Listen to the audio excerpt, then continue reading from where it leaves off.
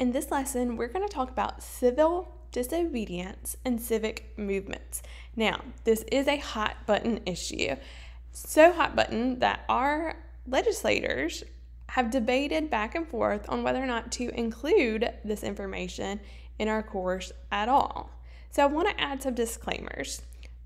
First, we're going to cover a whole bunch of various perspectives, but it is impossible to cover every perspective because, as we know, each person comes with their own experiences and generate their own perspectives, and it is impossible to cover each individual's perspective. So we're going to look at some general perspectives in American history, specifically modern day and in current events. We're going to look at some of the history and the background behind those perspectives, some of the causes, some of the opposers to that certain perspectives, and some of the results that have happened due to the different civic movements that are relevant.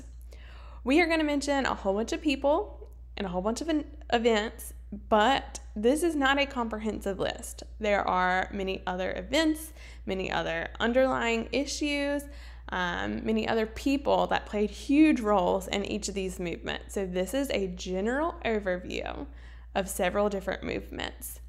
Also want to just name that privilege in America exists. Also, discrimination in America exists. And I think that those two things should speak for themselves. We know that norms and values, norms being the way things are done, and values being what people believe and what people hold dear. Those things in groups of people and in America as a whole and over time in different time periods, norms and values influence institutional discrimination and marginalization of minorities, but they also influence legislation over time. So as norms and values change, so does legislation. And oftentimes these civic movements, the goal of the movement is to promote change through legislation by the government. I also want to name and say this and emphasize this over and over. There are competing narratives. That means for every perspective we talk about, there are people who disagree with it, that have different perspectives or different stories of how it came to be. And what one person might think of a certain topic, someone else has a different opinion about how it went down or how it's going now. And still, other people have a third or fourth or fifth or 100th opinion and perspective on how it went down and how it's happening now. So I encourage you to do your own research. Look at a variety of sources to combat bias. Don't just go to one source, but go to lots of sources. Talk to people around you that don't look just like you or come from the same kind of background as you. Talk to others. Hear about their experiences. And with that research and the facts and your own experiences and the experience of others, form your own opinions. Don't just take mine or any other teachers or the news reporter or your parents or your minister or anyone. Don't take anyone's presentation of other people's perspectives as fact. Do your own research and formulate your own opinions. And just as a reminder and a bit of encouragement, as we know better as individuals, as communities, as a whole society, as we know better, we can do better, and as we do better, we will become better. So, as we go through these movements later, there will be some things I ask you to look for and some trends that I want you to notice, okay? And I'll remind you of that when we get to that point. But first, let's talk about what civil disobedience is. Civil disobedience is when you peacefully disobey a law as a form of protest. Sometimes civil disobedience starts out as peaceful and then turns not so peaceful. Oftentimes, the people who start the protest intend for it to be peaceful, but others who come in through their experience, through their frustrations, the protest becomes not so peaceful anymore. But civil disobedience generally is a peaceful disobedience of the law that someone deems unfair or treats them unequal as a form of protest. So we see examples. In the Vietnam War, we know that the draft was instituted and that males over the age of 18 were drafted to vote in the war, and people didn't like that. People did not want to fight in the war, and so we saw protest where people are refusing to register for the draft as a symbol of civil disobedience. We also see sit-ins during the civil rights movement where there was segregation in restaurants and on buses and in schools, and people just blatantly disobeyed the law in order to draw attention to the unfairness and the inequality of the law. We also saw this with the suffragettes movement. Women protesting and trying to draw attention to the fact that they did not have the right to vote. Right? So lots of examples of civil disobedience. Henry David Thoreau was a famous abolitionist. He wrote Civil Disobedience, and he argued, how does it become a man to behave toward this American government today? Speaking of slavery times, civil war era. I answer that he cannot without disgrace be associated with it. That it was disgraceful to be associated with the government. I cannot for an instant recognize that the political organization as my government, which is the slave's government also. So we have seen a ton of examples of civil disobedience in America. This is not new in the year 2021 or any year in recent times, okay? This is not new. Our country was, I could argue, was founded on civil disobedience. But what I want you to take away from this is oftentimes when groups of people work together to bring attention to an issue through civil disobedience or exercising some other First Amendment right, they create civic movements. And those movements help change the norms, help draw attention to norms, help change values, draw attention to values, and sometimes change legislation and result in the situation changing in America. Okay, so let's go all the way back to the Revolutionary period, right? Bacon's Rebellion. I wouldn't say that was very peaceful. Bacon's Rebellion, protesting. Boston Tea Party, dumping tea in the harbor as a protest of the Tea Act. We're not going to pay the taxes, dump it in the harbor. We are refusing to obey. The Declaration of Independence, we are abolishing an unjust government. We are disobeying the king in order to create our own government, which results in war.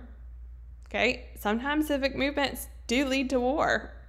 Hope most of the time not, and that's obviously not a goal or anyone's hope, but it has happened. So let's look. Here's a timeline. If we put some events that we know just to kind of orient us. Revolution happening at the end of the 1700s.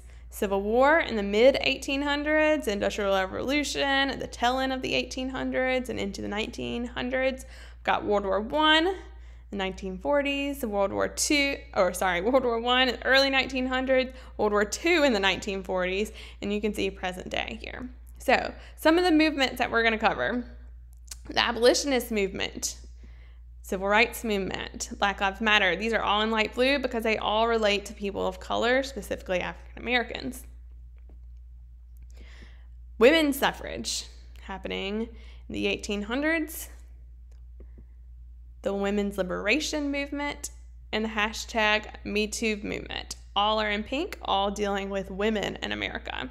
The LGBTQ movement popping up in the late 1900s. And going into present day. Immigrants' rights is coming up as a more important movement in America. The labor movement, you could date that all the way back to before the creation of the United States. Labor movement going all the way till now.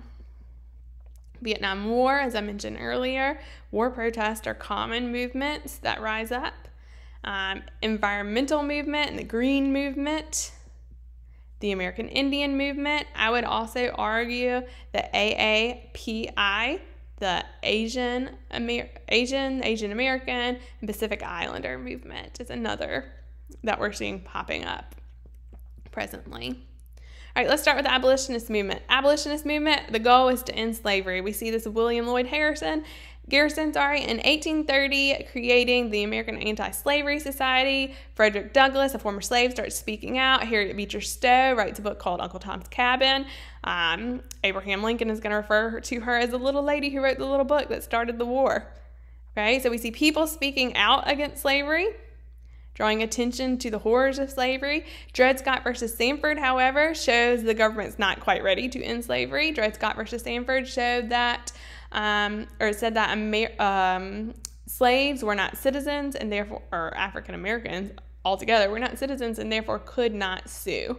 So his case to sue his master for freedom, he lost. We see John Brown's raid on Harper's Ferry. So we see raids, we see violence, we see court cases. Lincoln becomes president and the South secedes from the Union. Lincoln says the Emancipation Proclamation, which frees slaves in the South, although the South thought they were their own country, so it really didn't do anything because they weren't following the laws of Abraham Lincoln. Lincoln's assassinated. Eventually, the North wins the war, and the 13th Amendment is passed, which said that all slavery would be abolished in the entire United States. Since the Union has won the war, the South is now part of the United States again. So the 13th Amendment is what frees the slaves. Okay, so then everything should be hunky-dory, right? Reconstruction, we're going to rebuild the U.S., redeem everything, reform, and make changes, except that's not what happened. If we know anything about American history, we know that it doesn't take long for the Civil Rights Movement to start gaining traction, and then about 100 years after the Civil War, the Civil Rights Movement really takes off. So we're going to see in 1896, Plessy versus Ferguson is going to rule that separate is equal. So as long as segregated places were equal, a black bus and a white bus, as long as they're equal, black school and white school, as long as they're equal, that it would be free, which upheld the Jim Crow laws that were rampant in the South that caused segregation. Okay, then in 1948, President Truman's going to end segregation in the military. In 1954, Brown versus Board of Education is a court case in which the Supreme Court rules that separate is not equal. So it reverses Plessy versus Ferguson and requires the integration of schools. I will say that in 1954, even though segregation was deemed unconstitutional, it's not like overnight everything was integrated. It took years, decades before things were integrated. In fact, in many places, the Supreme Court and other courts had to force schools to integrate through busing, which we see in the case of Swan versus Charlotte Mecklenburg in the 70s. Okay, in the 1950s, as I said earlier, we see the Civil Rights Movement really taking hold and picking up speed. That's when we see Rosa Parks and the bus boycotts, Martin Luther King Jr. coming in and becoming a civil rights leader, the Little Rock Nine, as I said, with forced integration. We see sit-ins and the Freedom Riders drawing attention to the inequality of the treatment between people of color and white people. 63, we have Martin Luther King's I Have a Dream speech. Civil Rights Act is passed in 1964. There is a march for freedom and civil rights in Selma where it turns very bloody and people are attacked. The marchers are attacked, which is not long after the Voting Rights Act of 1965, which banned poll taxes. Let's see here. Sorry about this. Okay, which banned poll taxes. And, well, actually, the 24th Amendment is going to ban poll taxes, but it banned literacy tests. Malcolm X is assassinated. Martin Luther King Jr. is assassinated.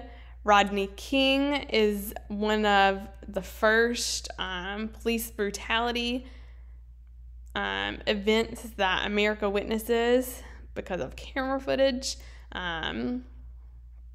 After driving under the influence in a high-speed chase, Rodney King is stopped by police officers and brutally beaten.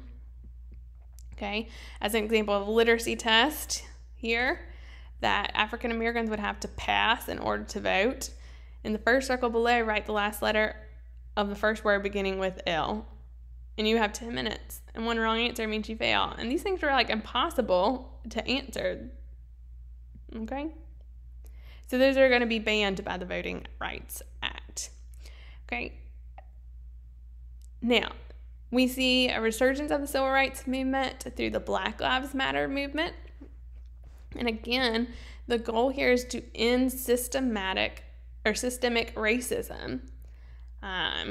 This is largely brought on by a better awareness of police brutality on people of color. So we see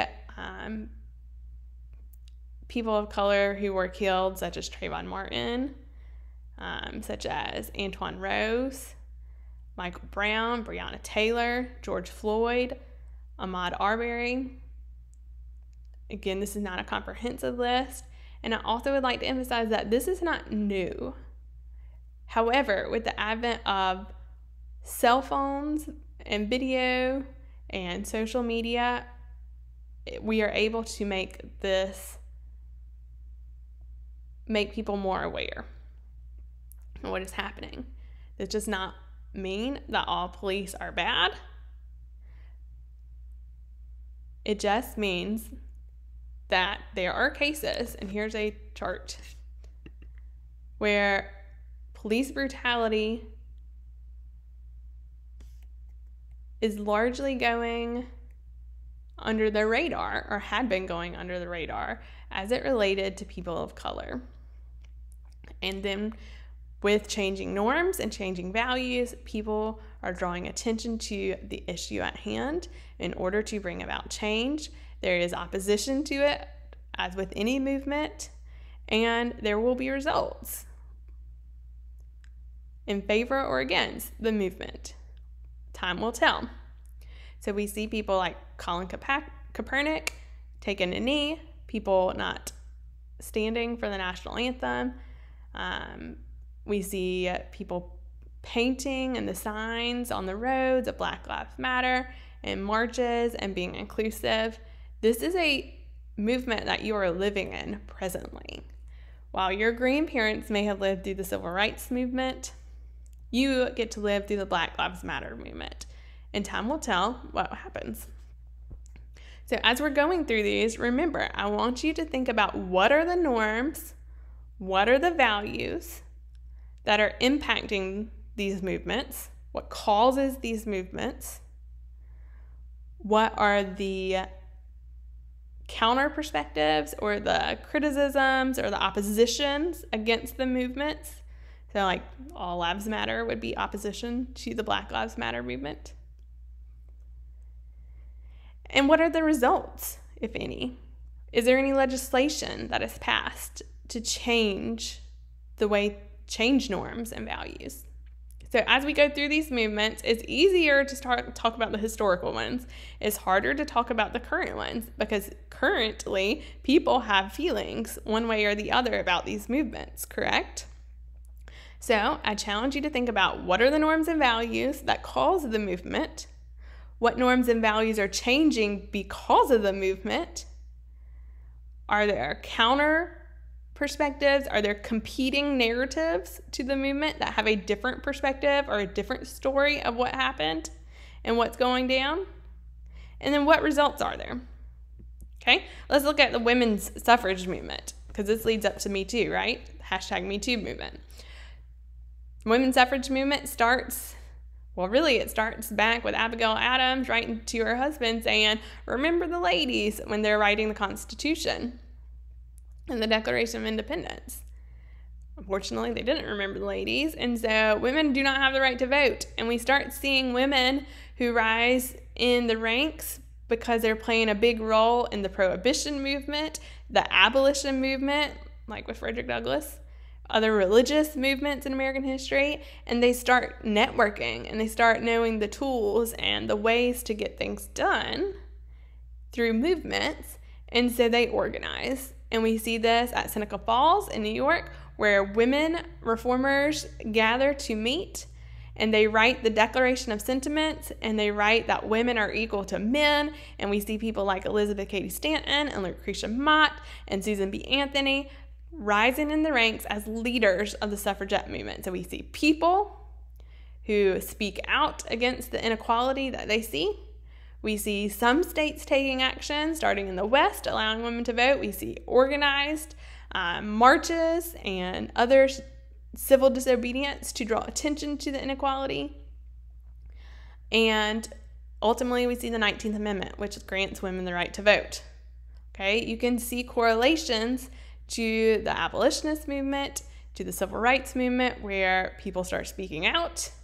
You start seeing groups of people do things, like through civil disobedience and marches and sit-ins, drawing attention to the issue.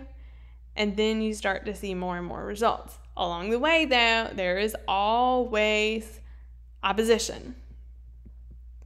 Okay, let's look at the women's liberation movement. This happens, we see a lot in the 60s and 70s, because in the 1950s, there are all kinds of laws that regulate women. Okay, like women are having to ask their fathers or their husbands for permission to go to work, or to get married, or to have a bank account. Some women weren't even allowed to have a bank account in their name until the 70s or 80s. Women had to ask for permission to have birth control, and the jobs that were available for women were very limited, and the pay was even more limited. Okay, and then we see people like Betty Friedan writing The Feminine Mystique, drawing attention and speaking out, and then organizations like the National Organization for Women, NOW now, and coming out. And we see the Equal Rights Amendment being encouraged again in the 60s. But there's still opposition. Right? The Catholic Church is going to make birth control illegal. Sometimes there's legislation that happens, like Title IX, which allows women equality in college and sports. Roe versus Wade legalized abortion. We start seeing people like rise in rank. Sandra Day O'Connor is the first Supreme Court justice. That's a woman. 1981, our country started like 200 years prior with Supreme Court justices. All those years. And the first woman is not until 1981. Geraldine Ferraro becomes the first female nominated for vice president. Sarah Palin later is another female nominated for vice president of a major party. Fun fact, MySpace, which was before Facebook, we see hashtag #MeToo used. Okay, Hillary Clinton becomes a major candidate for president. First woman for that. Harry Weinstein, a Hollywood producer who is accused of tons of sexual abuse, is found guilty eventually. And we see the hashtag #MeToo on social media start popping up of other women who have been sexually assaulted or abused or treated unfairly as a woman. We start seeing hashtag #MeToo happening to bring awareness and attention to the issue. Same thing that we see with the Black Lives Matter, bringing awareness and attention to an issue that has always been, that people are just now seeing come to light more publicly. Brett Kavanaugh was a Supreme Court justice that had several people come out against him sexually abusing them or mistreating them in some way. He is confirmed to the Supreme Court. He denies all of it. And then in 2020, we saw the 100th anniversary of the ratification of the 19th Amendment. Okay, so the Me Too movement, and I would even argue the women's liberation movement, is still happening today. You have the opportunity to live through the Black Lives Matter movement, to live through the women's liberation movement, as well as some of these other movements we're going to talk about. So again, let's go back to what norms and values do we see caused this? What norms and values do we see changing because of this? What counter perspectives or opposition do we see to the women's liberation and the hashtag #MeToo movement? And what results, specifically any legislation, do we see happening because of these movements? All right, let's look at the LGBTQ movement. All right, this is a long one. It goes all the way back You can look at 1924, where the first gay rights organization was created. The Society for Human Rights is what it was called. We see President Eisenhower saying that homosexuals could be fired from federal jobs in 1950s. Transgender is a term that is coined in 1965. We see the first lesbian magazine published, the first transgender surgery happening in the 1950s. Stonewall is probably an event you've heard of. Stonewall Inn was a gay nightclub. Police raided it. We're seeing during this time police targeting gay people as being disorderly, specifically in nightclubs and bars. And this particular incident resulted in riots happening throughout the city. And on the 1-year anniversary of Stonewall, we see one of the first gay pride events in which people lined up with pink triangles, wearing pink triangles to stand up for gay rights. The pink triangles is symbolic because that was used on homosexuals in concentration camps of Nazi Germany to indicate who was gay, who were the homosexuals. They had pink triangles on them. And so in 1970, we see people using this to draw attention to who they were and how they were treated. Gay pride flag in 1970. Then we see the AIDS epidemic happening. And with the AIDS epidemic, we see a lot of targeting of homosexuals, as AIDS being the gay disease, which hurt the gay rights movement and the LGBTQ movement. Bill Clinton campaigns on and then institutes the don't ask, don't tell policy in the military, which allows gay people to serve as long as they aren't making their sexuality public. The military wasn't going to ask them what their sexuality was, and they could not be discharged based on their sexuality. But then Clinton signs the Defense of Marriage Act, Defense of Marriage, DOMA Act, which said that the federal government did not recognize same-sex marriage. We'll see some court cases that strike down anti-gay laws, specifically in Texas, and then Massachusetts becomes the first state to allow gay marriage legally in 2004. We start to see a rise in anti-hate and anti-bullying laws, and when Obama takes office, he repeals the don't ask, don't tell policy that Bill Clinton had instituted, and I want to say that Obama was not against gay marriage and not against gays. He repeals it, saying that it shouldn't matter, not to reverse it. But there's still opposition. Many of the southern states did not approve gay marriage and still do not approve gay marriage. And so in North Carolina, for example, Amendment 1 was a referendum passed by voters that banned same-sex marriage. However, the Supreme Court is going to rule later in 2015 that anti-gay laws such as not allowing gay marriage are unconstitutional, and so that is repealed. DOMA is also repealed, and the Boy Scouts, notably, start allowing gay and transgender leaders and scouts. In 2016, the military is going to lift its ban on transgenders serving in the military. However, in 2018, that is reversed. So this is ongoing, as is the #MeToo movement, as is the Black Lives Matter movement, and it will be interesting to see what laws and legislation happen. So again, what norms and values do you see cause the LGBTQ movement? What norms and values do you see changing because of the LGBTQ movement? What counter perspectives do you see against the lesbian, gay, bisexual, transgender, and queer movement? And what results do you see happening all around you? Is there legislation? There are several examples of legislation that have happened recently that are listed on this timeline. But what legislation do you see happening as a result of this movement? Okay, we could also talk about the American Indian movement. So if you'd like to look through these, you can pause and read our timeline here and draw conclusions about the different norms and values. in opposition. Immigrants' rights still happening today with DACA and the DREAM Act. So you can pause and look into this. And so, as you can see, we do not have all the movements listed, and we did not cover all the movements listed up here.